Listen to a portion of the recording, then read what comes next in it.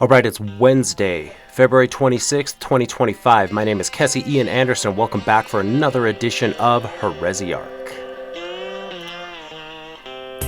In this, we are going to discuss Biodigital Convergence Review, and we're going to talk about dealing with shills, bad actors, intelligence community consensus cracking, and AI Discord bots.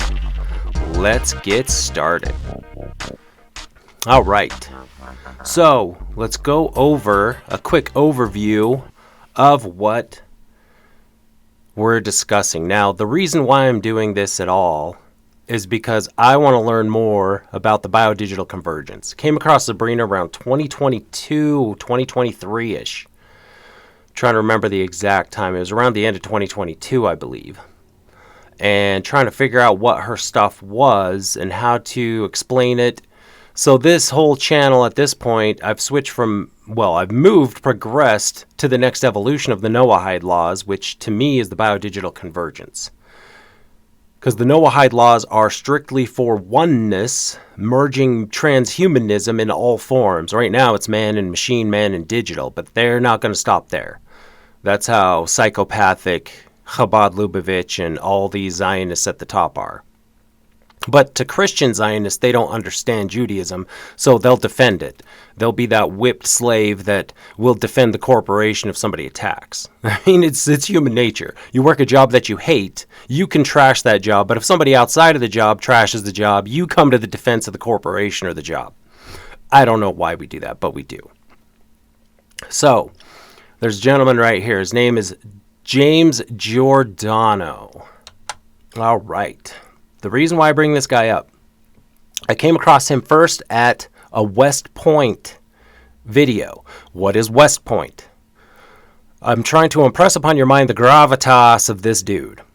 West Point is a military academy. He's speaking to the cadets at West Point about the brain being the battlefield. So let's read over what this guy is and his information.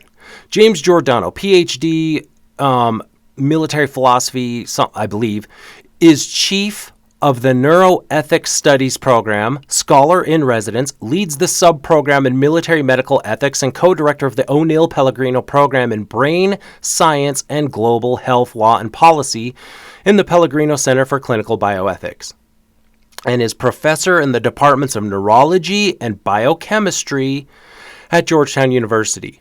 Okay, biochemistry. Anytime you read the word bio, that means body. So, chemistry of the body at Georgetown University, Medical Center, Washington, D.C., USA. He is also distinguished visiting professor of brain science, health promotions, and ethics at the Coburg University of Applied Sciences, Coburg, Germany, and was formerly 2011-12 J.W. Fulbright Foundation visiting professor of neurosciences and neuroethics at the Ludwig Maximilians University, Munich, Germany.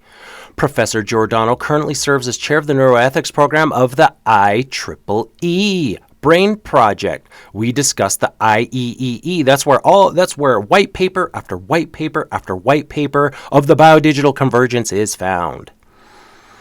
And another gentleman named Ian F. Achildes. So I'm telling you, even though I'm talking about this, it's fine. Listen to me. Great. Perfect. But do take the time to look into these people yourselves. Look into Ian F. Achildes. Look into the white papers. If you go to Nonvaxxer 420 on Rumble, or on Rumble, you can watch his videos, but also go to Telegram. You can go to his files, and there's thousands of papers pushing what we're explaining, trying to get people to believe. And what's sad is, as soon as anybody in a position of authority that the shills are allowed to talk about, all your little slave friends are going to jump in and say, oh, I knew it was like that. You're just a conspiracy theorist, even though you're the one who told them about it decades previous. It's just, I'm sorry to say we can't win, but we got to keep trying. So the IEEE Brain Project and an appointed member of the Neuroethics Legal and Social Issues NELSI Advisory Panel of the Defense Advanced Research Projects Agency. Now, this dude's on the ethics panel. He's talking about ethics. Listen to this next video I'm going to play, and you tell me how what's the word, sanitized, very military, dehumanizing language. You're just a commodity. Listen to how commoditized the words he chooses to use. And that's the way it is. That's the way they play it. One person's spike protein is another person's biosensor. One person's spike protein is another person's nanolipid particle. One person's spike protein is another person's self-replicating AI inside of your body building itself out. And DARPA's the main culprit. So he has previously served as research fellow and task leader of the EU Human Brain Project sub-project on dual-use brain science and appointed member of the United States Department of Health and Human Services Secretary's Advisory Council on Human Research Protections. Yeah, human research protections, and listen to how nonchalant he is about all that he's about to talk about. And a senior science advisory fellow, strategic multi-layer assessment branch of the Joint Staff of the Pentagon. The author of over 290 publications in neuroscience, neuroethics, 7 books, 15 government white papers on neurotechnology ethics and biosecurity. He is an editor-in-chief of the International Journal of Philosophy Ethics. Okay, so the point is, this dude is a very big deal. He is a very big deal. James Giordano, PhD. Now he's a face. There's a huge mass of board of directors, a huge mass of money behind the scenes. Oh, Elon Musk, the richest man in the world. Nonsense. There's hundreds, thousands more that we'll never know about, that are light years richer than him, that are pulling the chains. Blockchain, it's a bank-created thing. The bankers, the Rothschild, they knew where all this was going. They knew people are going to lose faith in the money system. But to have a better slave system, they knew that money had to go through an evolution. Oh, write checks. Oh, let's get it on credit cards. Credit cards is the next step. Once it turns digital, let's do Bitcoin, let's do crypto, but the entire point of the blockchain, the monetization of it was the incentive for us to give our power and our computers to the AI for data harvesting and data collection and putting us as nodes on the blockchain. So, what is West Point? United States Military Academy. The United States Military Academy is United States Service Academy at West Point, New York. West Point was established as a fort during the American Revolutionary War, as it sits on strategic high ground, blah, blah, blah, blah, blah. But anyway, that's where military cadets go to. And this is where he spoke at. But in this video that I'm going to go over, we are going to hear what he has to say. And I'm going to comment on it. So he's just talking to some people and explaining some of the upcoming initiatives. So here we go. The current move in the field is to make that level of invasiveness minimized so as to be able to introduce things into the brain space in ways that are minimally invasive and non-surgical. Okay, did you hear what he said? Introduce to the brain space non-surgically. So they don't want to Neuralink you and drill a hole in your head and cram a chip in. This is chemical or electrical. Here we go, but let's keep them going. But nonetheless, as potent. A case in point, I think one of the more exciting projects that I've had the opportunity to interface with is a current DARPA project called N-Cubed or N3, which is next generation non-invasive neuromodulation. And again, this is not a high side project. Our listeners can go to Okay, did you hear what he said? This is not a high side project. That's N-Cubed. He's going to tell us where we can go to listen to it. But he says it's not a high side project, meaning it's out in the public because they have perfected, they have stuff behind the scenes that we would think are God tier powers at this point. So what we're getting, again, I say it's the scraps. We're just given the scraps. So people who don't even believe what's going on now will never believe what's actually going on with what's reality truly is. But anyway, to continue. www.darpa.mil and just look up N-Cubed or N3. And it's a very interesting and I think in many ways highly provocative project because what it allows us to do is to utilize state-of-the-art engineering to be able to introduce vast arrays of sensors and transmitters into the living brain that make that brain and its functions accessible in real time remotely.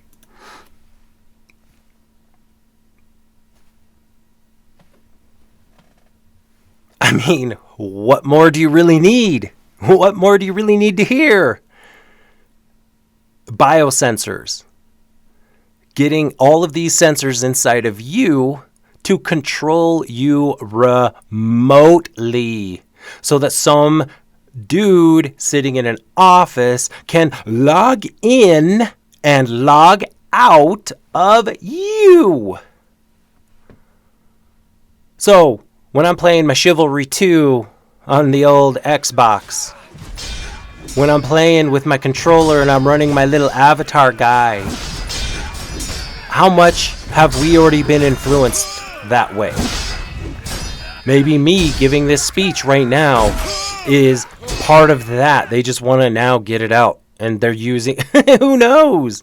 I want to pretend and believe that I'm in control, but really, I mean, who's guilty at this point if none of our actions are actually our own, or we can't prove it? Where are they going with this?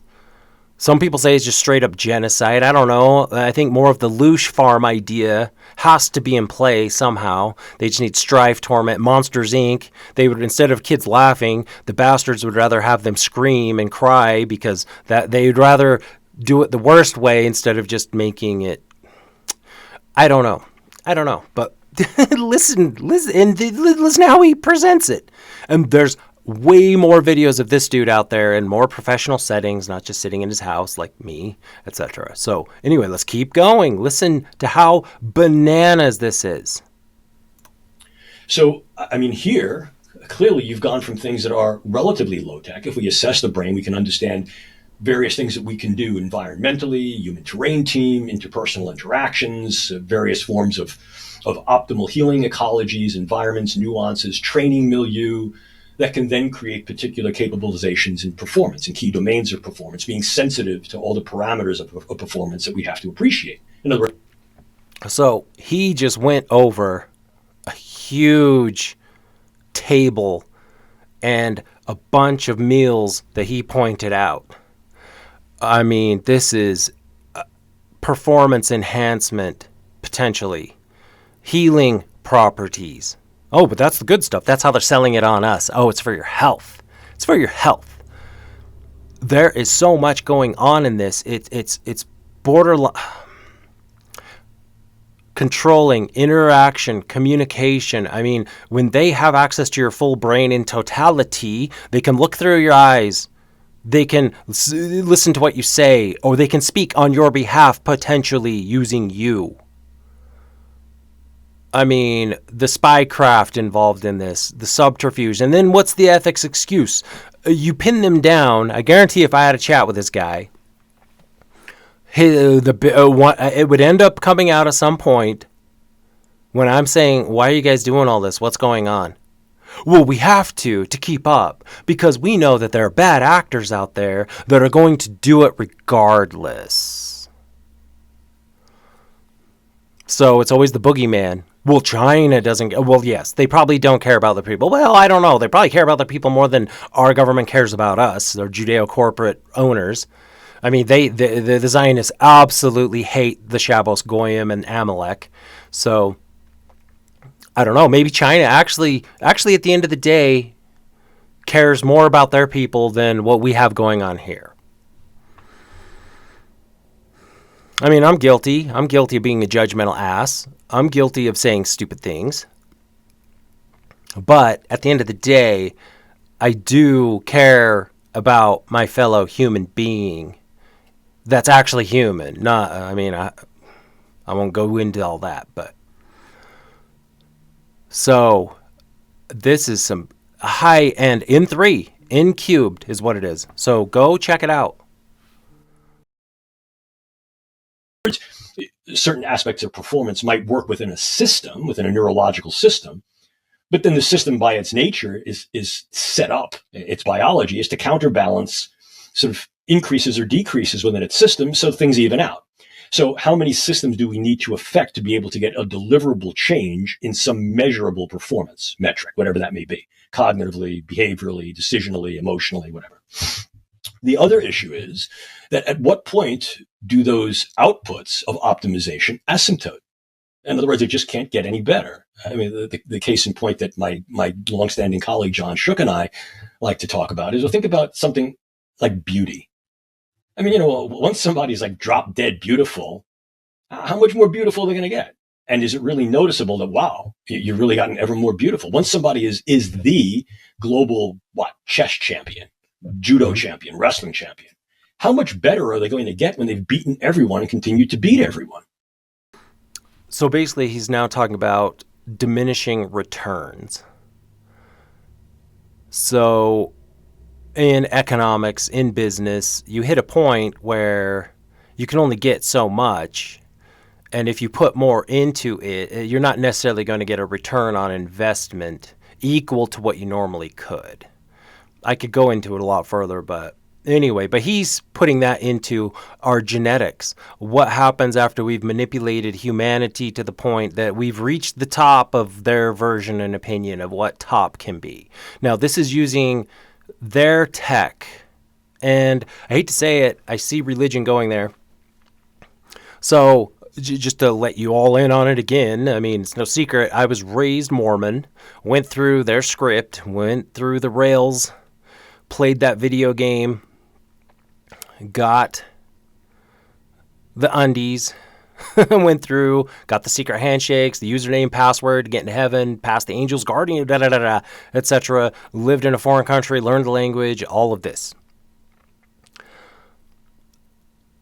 Well, what I loved about the idea of the Mormon viewpoint was the arrogance. I did. I liked the idea, and people do, that we are exclusive.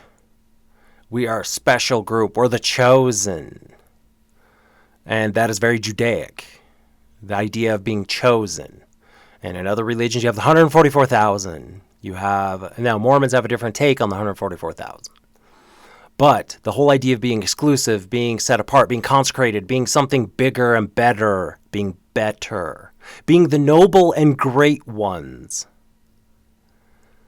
But now I look into it and it's like, well, the point that I'm making is the idea in Mormonism that you were given a priesthood, you were given God's power.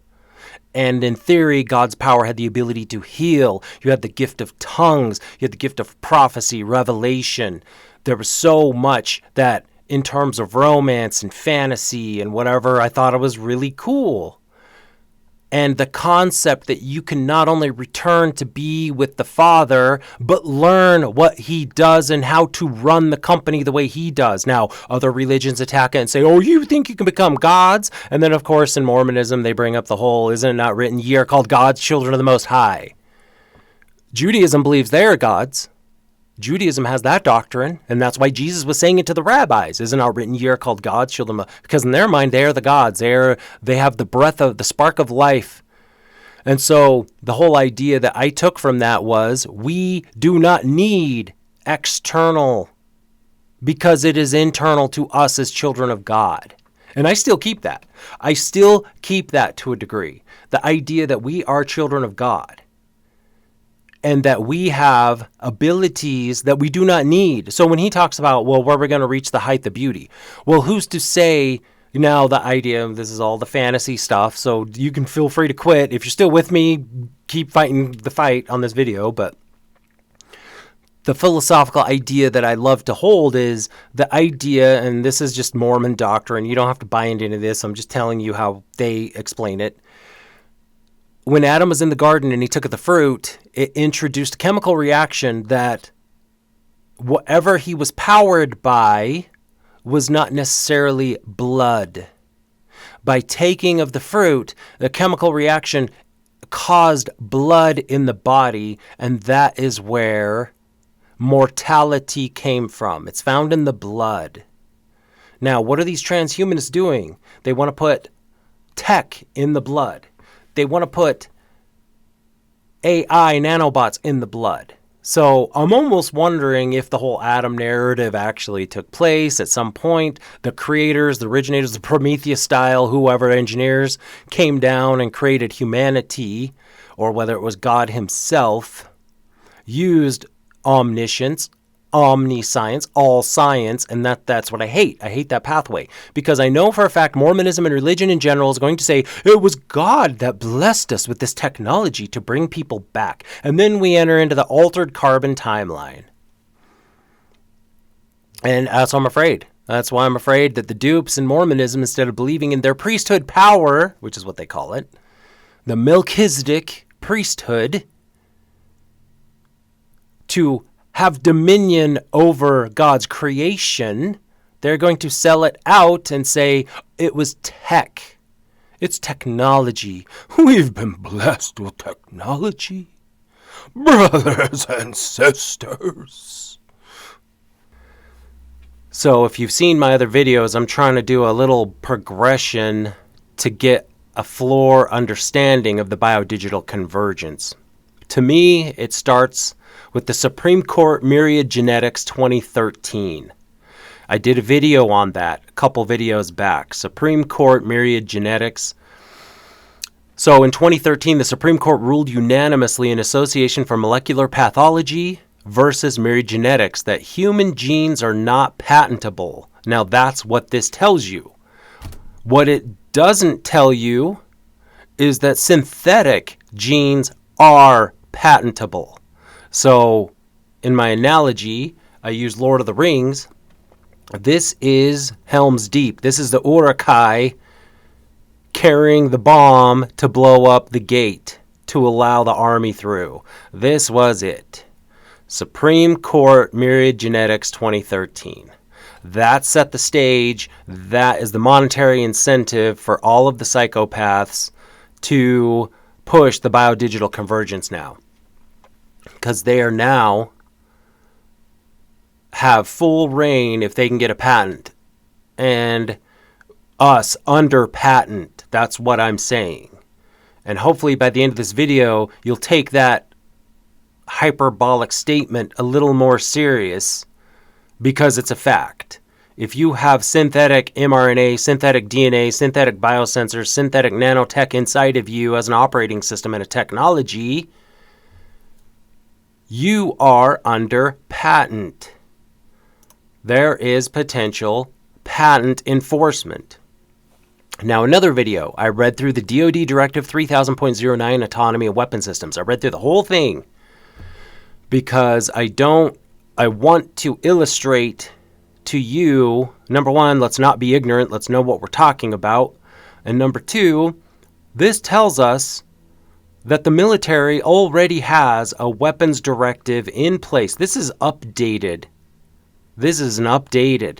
The old ones are around 2005, 2008 that they refer to in this one.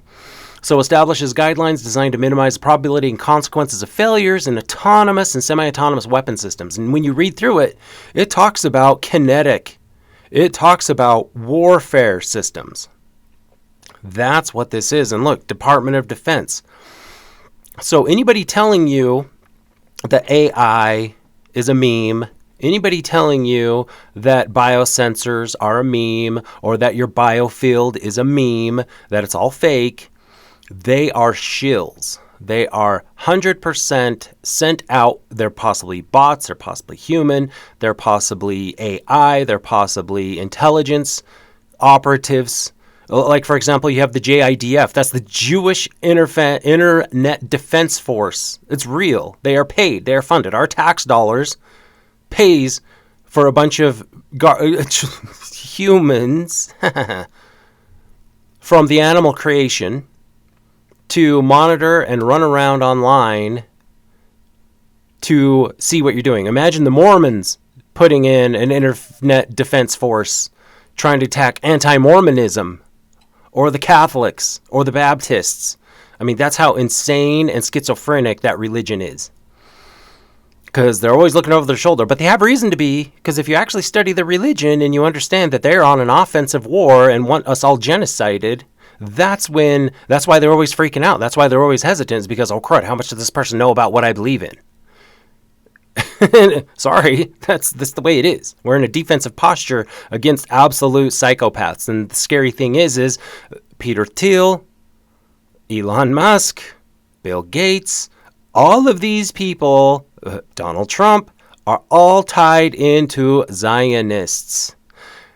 Oh, but that's an anti-Semitic trope. Zionism is anti-Semitic. You can't talk about Zionism. And now the shill online about Judaism is, well, that's Zionism. It's not Judaism. Yeah, Judaism, the religion, is actually worse. The religion of Judaism has the doctrine of the Erev Rav, and go through my other videos to see what I say about Erev Rav, E-R-E-V-R-A-V, and the 5 subcategories, and why Amalek justifies them for blanket carpet bombing when they say an entire group is now complicit. And look at Trump. He's talking about Gaza. They're going to turn that into their beachside front. So, I'm telling you, these are the people running the biodigital convergence, the Noah Yuval Hararis, the transhumanist. I have him in videos. So I'm trying to set a table for your belief. I'm trying to win you over mentally to understand the war that we're actually in.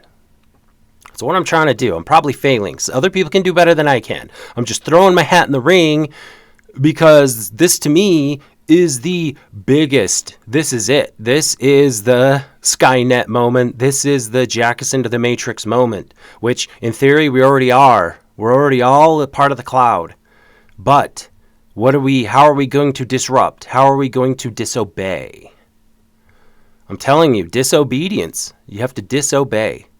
That's where it's at. Never thought I'd hear myself say that based on my background, where I came from. But disobedience is proving that you're human. So, DOD 3000.09, Supreme Court Myriad Genetics Inc. Those are those are videos I did to set the table for where this is going and just to get you to believe. Now, when you deal with shills, I've had a couple show up. They come in a lot of different forms. They're getting very sophisticated if they're not actually human. But here's my main advice. If you take anything from this video, this is the one that I think will benefit you more, that you can apply in your daily life if you fight the digital war and you go into forums and you post in different places. The main advice when dealing with shills, you have to understand they are not your audience. So keep that in mind when you're interacting. Because there's easily 10 plus lurkers. Those are people going through the thread, just sitting on the sidelines, just trying to take in and observe. The lurkers will read your interaction. So talk to them. Address the lurker, not the shill. Now, you can address the points the shill brings up, but keep in mind who you're actually answering. The shill, it doesn't matter. They're just there to consensus crack. And what I mean by that, you can have a group of people, and this is why religion is so against people who push back, is because you can be in a group of 100 people and you can have consensus. Every single person will be in agreement. All it takes is one person without proof, without anything, just the psychological mindset of them saying, no, I don't believe it. That's it. That's all it takes. And you can take that 100 and crash it down to a 20% consensus just for the act of saying no. They know that. And that's how they push the AI and the bots and the JIDF and the Eglin Air Force Base NSA trannies that are now Tulsi Gabbard is removing. So there are some things I take Schadenfreude in, and that's one of them. I love when these internet degenerate pieces of trash get what it's been a long time coming. So all the USAID money, all the inorganic, all of Reddit can just die in fire. Well, I probably have to edit that out. But all of Reddit, it's a shill operation. It's Mossad. Maxwell Hill. Ghislaine Maxwell was one of the power users of Reddit. And her sisters that nobody talks about run or are still possibly, maybe they aren't anymore, but at the time when we were looking into Epstein big time, and if you want, go and watch one of my little spoofs that I did on the Epstein. I still laugh.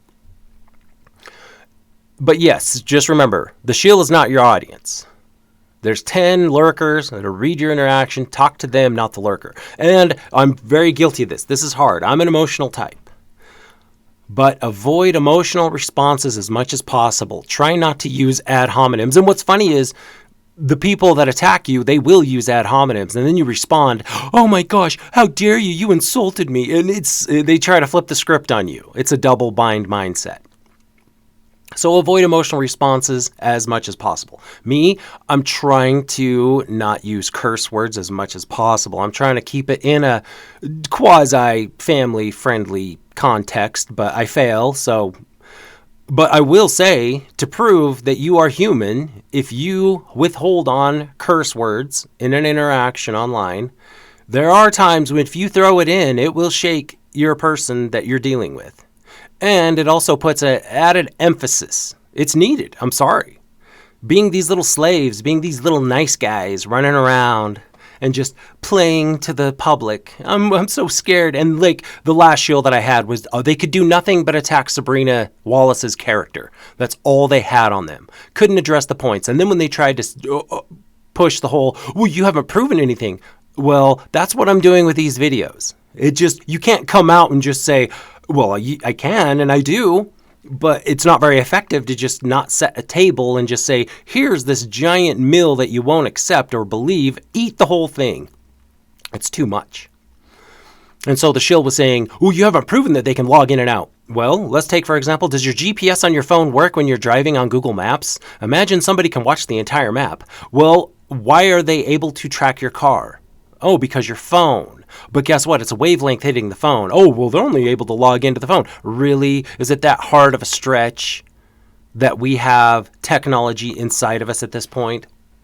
And that it can maybe move 0.5 millimeter into your skin instead of you? Oh, was that not logging in? But what I'm going to do, the gentleman I showed earlier, the James Giordano, listen to what he has to say. Listen to what this guy says. And he proves what they're doing with us. So let's go understand if it's an official bot. The goal for it is to consensus crack. Again, like I said, if there's 100 people on board with something, just the act of you being defiant and saying no will change the forum immediately. But that's where you have to come back with ammo. So the real lurkers reading through the threads, if you can bring actual points, not ad hominem as much as I love to. I mean, go to 4chan on poll and let it out. Who cares? Everybody on there is track targeted and ID'd regardless. I'm on every list in the planet. Don't care. I love the hatred over there. It's so fun. I mean, some of it's trash. I mean, don't get me wrong. I'm not going to defend that place. Poll, politically correct. But it needs to exist. It is an outlet. And they know it is. The IC community, those douchebags, these pathetic, boot-licking bastards that just want money. That's why they keep it around. Anyway, if it's an official bot, the goal for it is consensus crack attack. Pull the 80-20 by just disagreeing due to programming. So a bot, they will just continually, if you engage, they will come back every single time and quickly. That's why I think yesterday the person that I was dealing with was a bot, which was funny because I talk about the Biodigcon website, www.biodigcon.com website, which is surprising, which kind of makes me hesitant about it because this bot was so fine with pushing it. But then the second you talk and say, okay, well, here's the whole point of that website. It's telling you that nanotech is inside of us and they're logging in and out of our bodies, also hacked into our biofield. And then all of a sudden the bot did a flip and, oh, that's impossible. You can't do that. So I am sketchy. I'm wondering if the Biodigcon website with all of its resources is just kind of a collator honeypot to get all you on board and just to track target. But it doesn't matter. Who cares? Don't be afraid of all this. Don't be afraid. We're on every list anyway. It doesn't matter. That's the point. It doesn't matter. Just live out loud. I won't say what I was about to say about that whole live out loud. Anyway, you can do that same when you are in a forum or thread you know is inorganic and USAID Act Blue Shilly. So if you don't know what Act Blue is, a gentleman by the name of David Brock, who was the boyfriend or husband of James Alefantis of Pizzagate fame, Rockefeller, Philippe de Rockefeller, that is a den of evil that you wouldn't believe. However, David Brock, he was running Act Blue, which I guarantee was getting U.S. aid money, if not just straight tax dollar funding, if not straight from the Fed, being Rothschild, excuse me, I think it said Rockefeller. And so David Brock, what's funny is when me and a group of dudes came across his information, next thing you know, the guy had a heart attack. He survived it, but we were a little, what? Like, he paid the price for getting found out, for getting on the radar. But anyway, this James, the whole thing, Act Blue. So you can go in, is what I'm saying, to a forum, and if you see misinformation, if you play it smart, if you bring up just actual talking points, and that's just it. If you're trying to consensus crack and there's a group of 100 people in there, or a huge thread, and you start throwing out talking points, you better, number one, be able to defend them, and number two, you better avoid an emotional response. And you are going to get attacked. They're going to sick the bots on you, or just the shills, or the Reddit NPC mindset that is bought into the programming of what they've been told. So to be a pioneer, to be an independent thinker, it's not easy. It's not easy, but you got to fight the fight. So Supreme Court myriad genetics. That was a big one. But here we go. Let's go into this gentleman named James Giordano. I wish there were leaders. I wish there were people worth following. So if there's not. So you be your leader. You be your answer. You rise above. So anyway, let's continue on with our friend here. We're almost done. There's literally 1 second left. So let's exit out on him.